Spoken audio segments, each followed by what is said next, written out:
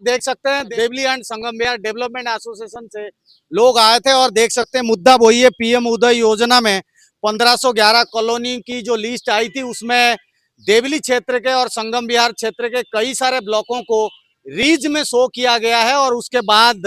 उस लिस्ट में से इन कॉलोनियों को बाहर कर दिया गया है। हमारे क्षेत्र के विधायक श्री प्रेम चौहान जी के कार्यालय में आकर जो हमारा संवेदनशील मुद्दा है, जो कि 1731 में से 1511 कॉलोनियां नियमित की गई हैं, बाकी कॉलोनियां जो हमारे क्षेत्र की रह गई हैं लगभग 30 कॉलोनियां हैं, हमने अपना ज्ञापन दिया है और क्षेत्र की जनता की तरफ से अब रिक्वेस्ट करी है, आग्रह किया है कि वो जो मानसून सत्र है उसमें इस आवाज को उठाने का प्रयास करें। मैं अपनी तरफ से विधानसभा में बात उठाऊंगा और इसमें जिस मिनिस्टर को लिखना होगा लेटर भी लिखेंगे, जिससे मिलना होगा इन कमेटी के लोगों को ले जाके अपॉइंटमेंट लेके उनसे मिलने भी जाऊंगा। भारत माता की वंदे वंदे। विधायक प्रेम चौहान देवली विधानसभा से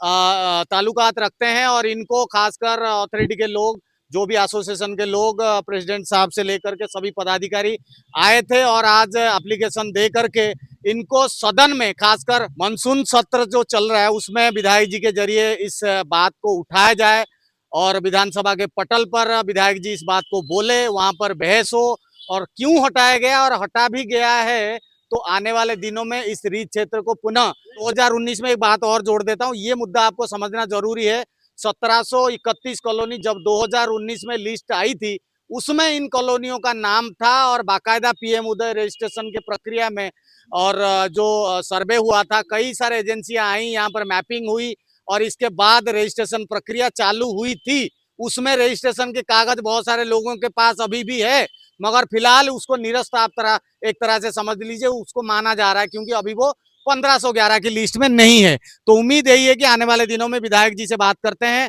प्रेसिडेंट साहब से बात करते हैं, विधायक जी की बाइट आपको दिखा देते हैं कि विधायक जी ने इस विषय को लेकर के क्या बोला। नमस्कार, आप सभी का आज स्वागत करते के साथ ही एक गंभीर और संवेदनशील मुद्दे को लेकर के Deoli and Sangam Vihar development association की ओर से एक प्रतिबद्धता और एक निवेदन, खासकर स्थानीय जनप्रतिनिधि जितने हैं दक्षिणी दिल्ली क्षेत्र, देवली और संगम विहार क्षेत्र के कई सारे ऐसे ब्लॉक हैं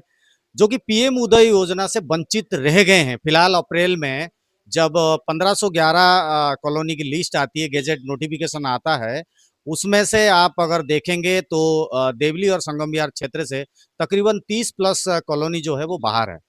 और वहीं देवली के विधायक प्रेम चौहान जी के साथ आज मुलाकात करते हुए संगम विहार और Deoli and Sangam Vihar development association के सभी पदाधिकारी आए थे। विजुअल में आप देख पा रहे हैं, इनको आज एप्लीकेशन के माध्यम से प्रेषित किया गया। वो ये है, मानसून सत्र अगर आप देखेंगे तो इन दिनों विधानसभा में काफी सरगर्मी के और बढ़ता हुआ जा रहा है। तो क्षेत्र की जनता और डेवलपमेंट एसोसिएशन के लोग, पदाधिकारी सभी उम्मीद करते हैं कि देवली क्षेत्र की ये जो मुद्दा है, देवली विधानसभा का ये जो मुद्दा है, कॉलोनियों को पारित करने का जो मुद्दा है, ये विधायक प्रेम चौहान जी कम से कम विधानसभा में तो अभी बात उठाए, बाकी प्रक्रिया क्रम में विभागों के साथ कैसे जुड़ करके इस समस्या से लोगों को राहत देंगे, 1511 कॉलोनी की लिस्ट में कैसे देवली विधानसभा की छूटे हुए कॉलोनी को जोड़ेंगे, इस विषय में बात करते हैं। विधानसभा की ये बात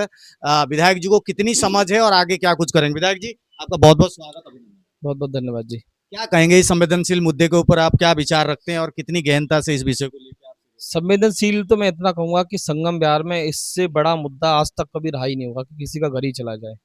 और मैं सभी जनता जनार्दन से भी यही कहूंगा कि ये आप लोगों को, सबको, जैसे अभी कमेटी में लोग हमारे पास आए हैं, इनमें से ज्यादातर के घर उन कॉलोनियों में नहीं है जहां टूटने की स्थिति है, लेकिन ये लोग उनकी लड़ाई लड़ रहे हैं।